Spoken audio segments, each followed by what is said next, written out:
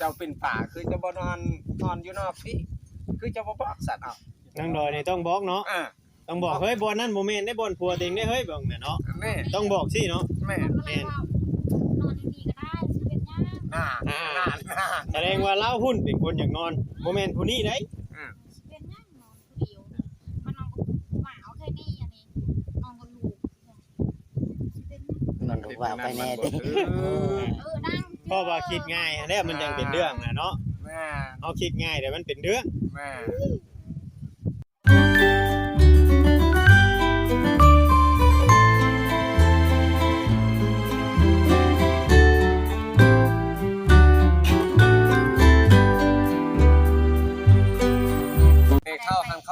เข้าใจผิดเขาวิกซี่เข้าใจผิดแม่นบ่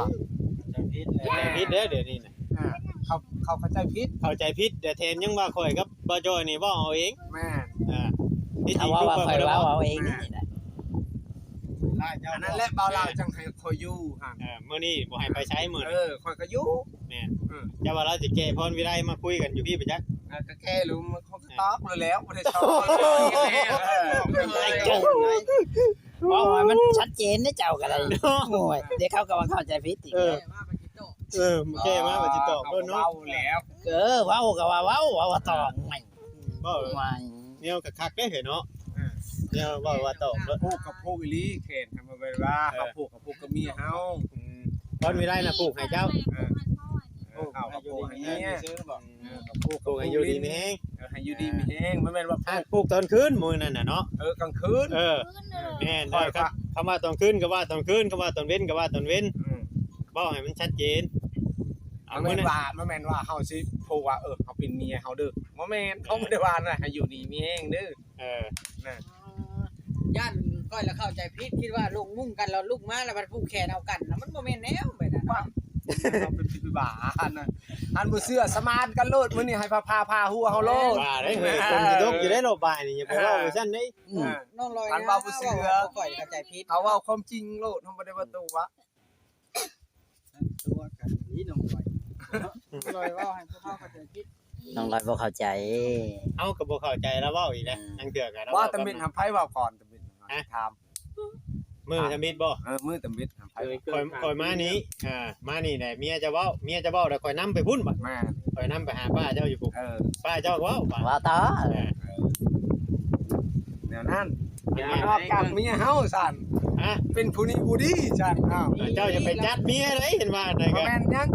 บัดให้นอนก็ให้เขาให้นอนบ่แม่นเฮาให้นอนเมียบ่ให้นอนนอนทันแล้วเราบ่เข้าใจน้องลอยนี่บ่เข้าใจเนาะบ่เข้าใจเกินเอาว่าบ่จักบ่นอนเอาสินอนได้ใช่บ่เอากันเลยไอ้มันเกิงบ่จักบ่นอนเฮือนเจ้าของบาดเขาบ่ฮู้เลยบ่นอนบ่ฮู้เลยมื้อน่ะเนาะแม่เอามาติหยังเขาบ่เฮาสิให้ฉันนอนได้ใช่เลยเฮาจนไล่เมียเฮาว่าพี่ฉันจะขึ้นถึงพุ่นใดจะน้อยอันผิดอันพี่ฮีดอีกได้ไผหั่นได้จะขึ้นถึงนอนอยู่ถึงมันนี่มันขึ้นถึงบ่ได้ได้ขลำได้ขลำนี่ปิดโค้งมันก็นอนนั่นจนว่าปูเขาไปจากลายเชียววาวมันสิได้ซื้อใหม่เอาไปจากลายเชียววาวเนาะจะหาผมจะรู้อยู่เด้อแม่อยู่ติดบ่รู้แนวนั้นปลาอันปลาเวียงเอ้ยแม่แต่ก็มีแต่ว่าบ่อยากให้ FC น่ะเข้าใจผิดบางคน FC บางคนน่ะเพิ่นคิดไปว่าระหว่างไอ้เกิงกับพรวิไลนี่บ่แม่นเด้อเกินเด้อเด้อบ่เพิ่นว่าบ่แม่นสิท้องน่ะบ่เพิ่นว่าบ่แม่นเนาะพี่น้องเนาะเข้าใจผิดก็มาล่ามเตื้อสิท้องโลดเนาะมันบ่แม่นว่าสิง่ายปานนั้นเฮาสิไปนอนน้ำเว้าได้ก็ได้เนาะซ้ำปากก็ซ้ำเอื้อยเฮาคิดแบบซั่นก็ดีเด้อว่ะแม่ไปสิไปจัดการป้าเนาะแม่นว่าเสียน่ะแม่นนี่เพราะว่าก็มันหนีเจ้าก็เป็นคนนั้นรับปากว่าป้าจะว่าเจ้าไปนอนพุ่นกับแม่นดีนะแบบมันแบบแปลกๆกับ14เข้าใจอ่ะนายเกิงเฮาก็นอนอยู่คันได้บนเตียงเบาลาวเอาไว้หั่นบัดนี้บัดทางเฮือนป้าเจ้าบัดมันบ่มีผู้ชายผู้ใหญ่มันมีแต่เด็กน้อยบาดก็นอนอยู่พุ่นแล้วก็ FC สิบ่เข้าใจนะว่าเขาเป็นบ่มีผัวว่าง่ายๆซะเนาะบัดมีแต่เด็กน้อยลูกเรากระปอกกระแป๊กนะบัดเจ้าวัด ไปเฮือนดีคือบ่นอนอยู่เฮือนดี คือเป็นหยังไปนอนอยู่อันเฮือนป้าหั่นนะ นั่นแหละ เออ เพื่อนพอเฒ่าเฮาก็นอนอยู่หั่น เฮือนบ่เฒ่าก็ทำคือทางลาวลุมข่อยนี่นอนบ่ได้เด้ไอ้เกิงเอ้ยเพราะว่าเจ้าเป็นเคยเด้ เอาครับ สิไปนอนอยู่เขาคำว่าเขามีผัวอยู่นี่เจ้าไปนอนได้ อันนี้ผัวเขาบ่อยู่ บ่อยู่ก็บ่เป็นหยังมันแม่นเฮาสิลวงดอกลวนนาย อันนี้แหละความหมายของ FT เพิ่นเข้าใจผิด มันแม่นว่าเฮาสิลวงดอกลวงนาย อันนี้ก็เว้าให้ฟังได้เจ้าจะให้ข่อยได้ แม่นเนาะมันแม่นว่าสิหายเจ้าบ่ได้หายดอกเรื่อง เว้าความหมายอันนี้น่ะความหมายของ FT เพิ่นเข้าใจ แม่ แต่ก็ว่าไอ้เกิงนี่แปลกๆว่าเป็นหยังอันคือไปนอนพุ่นบ่ลาวเราก็ยังเว้าได้เมื่อวานในคลิปว่าอ้าวเพื่อนดีป้อนเขาให้นอนมีบืดบ่อยากเป็นหยังจังมาเล่นมานอนนำเรือนป้าวะบ่ลาวเราก็เว้าแม่นน่ะว่าน้องก็เปิดกระเบิ่งในคลิปอยู่เมื่อวานนี่ น้องลอยแล้วเว้าหยังแล้วเข้าใจง่าย จะเว้าเรื่องนี้เราบ่เข้าใจ เฮงแบบนี้เฮงแล้วเนาะ แม่นเฮงแล้ว เพิ่ว่าข่อยให้อีกนี่เนาะ เฮงแล้วนี่น่ะ แม่นบ่ต้องลอย เชื่อเอาดิ อันนี้น่ะคือว่าบ่ได้ให้คือว่ามาปรับความเข้าใจเลยมาอธิบายถ้า หายไปบ้านให้เจ้าฟัง ถ้าเฮาบ่เว้านี่ถ้าเฮาบ่เว้านี่ FC เพิ่นก็สิบ่เข้าใจเด้อไอ้เกิง แม่น เฮาต้องเว้า เป็นการ เฮาต้องเว้าให้เพิ่นฟังต้องเว้าให้ FC ฟังเฮาต้องอธิบายเนาะว่ามันเกิดหยังขึ้นแล้วก็บางเทื่อเนี่ยเพิ่นว่าเขาน่ะใส่ร้ายบอนวิไลนี่ว่าเราเป็นผู้หญิงยันเราเสียหาย แม่ อันนี้ก็เราเป็นคนเว้า แม่ บ่แม่นว่าเฮาสิไปใส่ร้ายเราจุงชีจุงหาพี่น้องเนาะน้องดอยก็เว้ามาว่าเฮาถามทางเงินน้องดอยเนาะในมื้อนั้นเราก็เว้าว่าแม่นอะดีเปิดมาถามทางเจ้าแม่นบ่ให้เกิงเจ้าไปหยอกผู้ชายผู้หยังเจ้าก็ว่าแม่นหยอกก็ชื่อเจ้าบ่ได้เฮ็ดหยังไป เจ้าก็เจ้ากะลีแม่นบ่น้องบ่ได้เหมือนกัน ยอกลีแล้ว อันนี้ ย่อนั่นน่ะ เจ้าผู้สาวเราก็หยอกอยู่แต่ว่า จัดการเลยน้องลอยเจ้าภาษา แต่ว่าเราหยอกก็ซื้อแล้วว่าข่อยบ่ได้เฮ็ดหยังแล้วว่ะไอ้เกิงยอมรับตัวนี้น่ะเราก็เว้ากับข่อยอยู่มื้อน่ะ แม่นเราก็เว้าเป็นคนจริงอยู่ ย่อเชื่อกันเนี่ยค่อยให้แล้วได้ ปั๊บปักสิบเลยมันมาเงิน5,000 อย่างไรเงินนะเพิ่นให้ขี่รถเพิ่นเลยเพิ่นจ้างค่าขี่มาหัน5,000นะรถใหม่นะฮะเป็นอะไรคักบ่ขี่รถใหม่ คักอยู่ เออ เราเอาบ่เข้าใจ อ่า เว้าสุ่ม4สุ่ม5 เนาะ แล้วนี่แหละมันเจ้าเว้าบ่คิดหน้าคิดหลังมันแปลว่าเจ้าบ่คิดต้องคิดเว้าหยังก็คิด แม่น แม่น ต้องเว้าไปเจะนอนไปสิเขาให้ แม่น สิเขาให้ได้ ได้ ที่เขาให้หนึ่งมาผู้รักผู้ใหญ่ผู้เพิ่นเบิ่ง เพิ่นเบิ่งเพิ่นทางเข้านี่ ผู้เพิ่นสร้างเฮือนให้นี่เอาเฮ็ดเฮือนให้ได้เอาคือพากันเฮ็ดแบบนี้อยากได้ทั้งเอ้ยทั้งน้องได้มุมมองของเพิ่นเนาะมันบ่แม่นแนวได้มันพี่ที่12ของ14บาทเอาได้เกินเลย แม่นเฮานี่บ่เป็นหยังเฮานี่เฮาเว้าเรื่องเมียเฮานี่ให้เข้าใจเว้ามันแม่นว่าสิเว้าสุ่ม4สุ่ม5เว้าแน่นั่นนี่คันเฮาเขาเว้านี่ให้แล้วนี่ ฮะ ให้เลย ให้เมียบ่ ว่าเราให้เฮาแล้วได้เฮาเว้านี่แหละ ครับคือข่อยเว้านี่ครับคือเจ้าเว้าคือข่อยเว้านี่บ่ เจ้าให้แล้ว อยากเจ้าไผสิหายเจ้าเฮาบอกเจ้าแล้ว แม่น ไผสิบอกว่าแม่นเฮาบอก เพราะว่าทางผู้รักผู้ใหญ่เพิ่นก็อยากให้เพิ่นน่ะ ป้า สิ พังจะว่าลือป้ามานอนนี่โอ้ยอันนี้นานน่ะนอนบ่อนครัวเฮาได้อย่าไปนอนได้กินกองมา เจ้าต้องบอกเจ้าบอกง่ายๆว่าบ่ให้มักง่ายเนาะ เฮานี่เป็นเคยเขาเฮาบ่กล้าบอก เจ้านำบ่กล้าบอกป้า แม่น คำเว้าระยะป้าว่าไอ้เกิงนี่กี่ที่มานอนเทือนก็บอกแน่นั่นแน่นี่แม่นความเจ้าอยู่ตัวนี้ก็ มันเป็นแนวนั้นฉะนั้นว่าเฮาบ่ยันไปนอนนี่คืนนึงก็คือว่าไหลนั่นว่าไหลนี่เทื่อหน้าเฮาบ่มา แล้วตกลงนี่สิยอมให้ป้ามาอยู่น้ำอยู่บ่หรือบ่ให้มาอยู่เลย บ่แล้วเป็นอยู่นี่แหละเฮาบ่ เองแล้วเนาะ แม่งแล้ว มาอยู่แต่ เฮาบ่อยากให้มาดินบัด โอ้ยบ่มาก็ยาเรื่องนี้แหละ กินไปกันกบให้ป้ากินอยู่บ่ บ่ ฮะ น้องเจ้าก็บ่ให้มา น้องก็บ่ให้มา เออ ใครสิเอาน้องเจ้ามาน่ะ นี่นะ บ่ลาเว้าบ่เอาคนใดอ่ะน่ะ มันผู้ใบนะวะ เอ็ดมันดื้อ โหลาฮะ ผู้ใบนะ บ่ สีแดงอะไรบ่ ผู้แดงบ่ มันยาก เอาสิมาบ่ บ่มันให้มามันเสียน่ะบ่ได้มันสิยากเฮานะมันสิเป็นเรื่องคือจะสิทำเศร้า เอ้าผู้ชายมันสิเป็นหยัง ผู้ชายคือว่าแหละบางเทื่อตีนสั่นมือยาวไผสิถูก อ๋อย่านทางตาบ่เห็นในภายภาคหน้า แม่น ให้นอกอย่าให้นอก มันบ่แน่นอนเนาะ แม่นเอาอยู่เฮาแต่2คนนี่สิเป็นหยัง2คน4คนกับลูกจะไปอื่นหันอื่นนี่เฮาให้พนันผู้นี้มาอยู่นำเศร้านะ เนาะ ว่าครอบครัวตัวเองมันรอดเป็นดี แม่นให้มันหลอดครอบครัวเฮาเองใครนี่อันนี้ว่าสิไปปลูกนี่กระเต็กแล้ว จังหน่อยสิว่าให้เกิงลอยลงเฮือนด้วย เออ จังหน่อยตอนคืนน่ะบ่เห็นโนด เออ จักลงเฮือนไปหยังว่า แม่น คำว่าเฮือนเราอยู่นี่นะ แม่นจะน่าเข้าใจผิดเดี๋ยวนั้นอีก จังหน่อยไปก้านกบไปซื้อก็สิว่าให้เกิงนี่อ้าวคิดทางบ่ดีแล้ว น่ะ เออ มันเป็นแนวนั้นเศร้าบ่ว่าก็อย่าง ต้องให้คิดใหม่เนาะ แม่น ติดกันไปพักกันเนาะ แม่น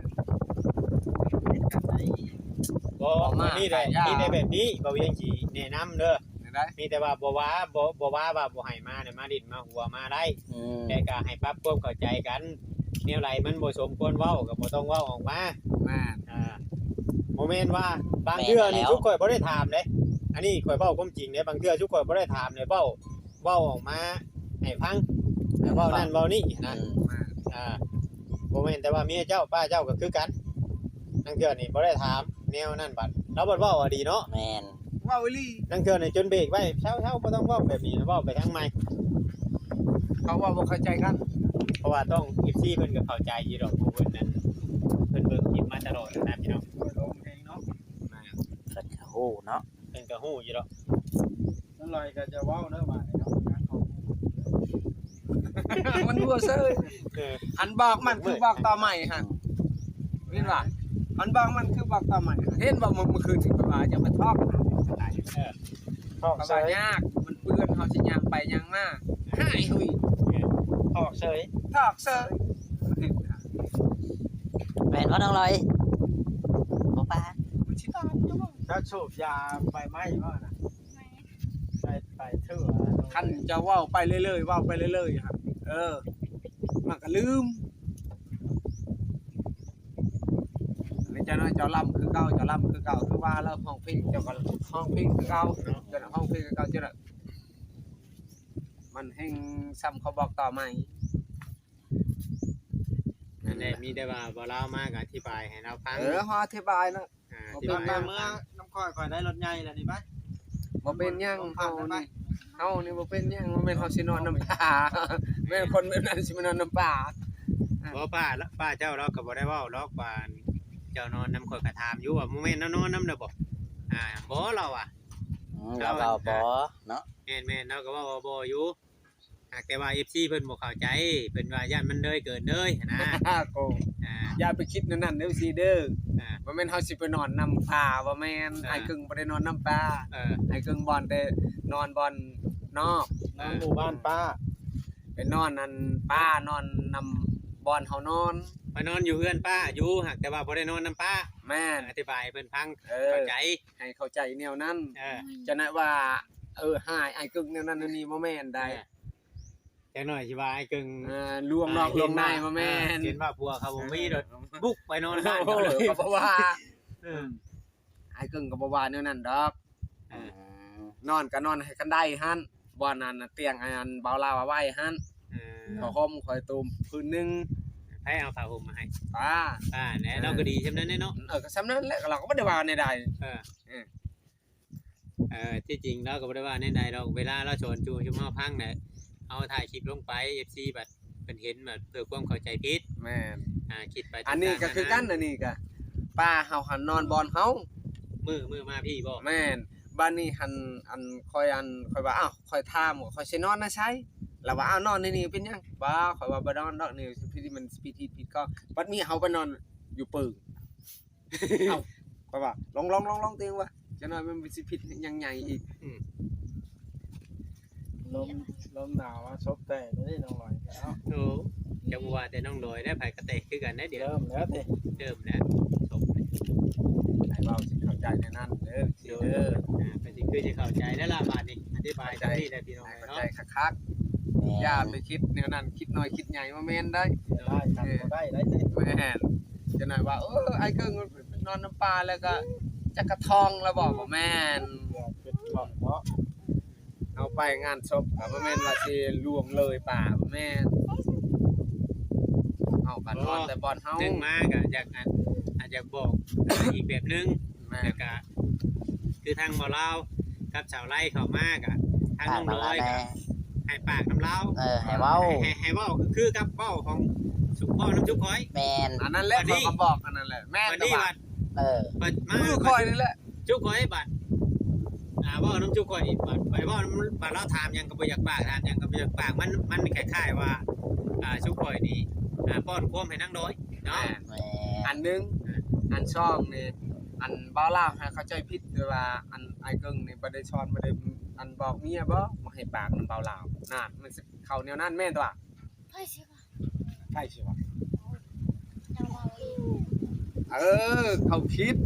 FC เพิ่นคิดนะ เขาคิด ผู้เบิ่งเฮานั่นเขาคิดเข้าใจบ่ เข้าใจแล้ว เข้าใจ คือเจ้าหันซื้อเราหันมาถือว่าพริกอ้อซื้อเรา นันยามันเนาะนั่น นี่คือใครอะเห็นบ่กันว่าเห็นบ่หายแล้วนะ หายละมีพริกกิน มีพริกกินมาเจ้าไปเอาเงินไปชื่อเราแล้วว่ะ ว่าบ่มีมันซื้อเหล้า บ่ บ่ได้กินเหล้ากินยา บ่ได้กินบ่ บ่ถ้าซั่นเจ้าเห็นว่าคนกินเหล้า บ่เห็นนะเนาะคือบ่ได้เห็นถือมากินเบิดแล้วบุญเพกกินเบิดได้บ่ บ้าเนาะ เนาะบุญมี จะเอาได้ ยาก็ไปต้มห้อยบาดนี่มาจอยชื่อไม้เนี่ยห้อยจ้ะ ก็พอกับพริก พอกพริกไอ้พอกพริกอยู่ใช้บาดเล่นช่างนี่บ่ไปฉันพอกพริก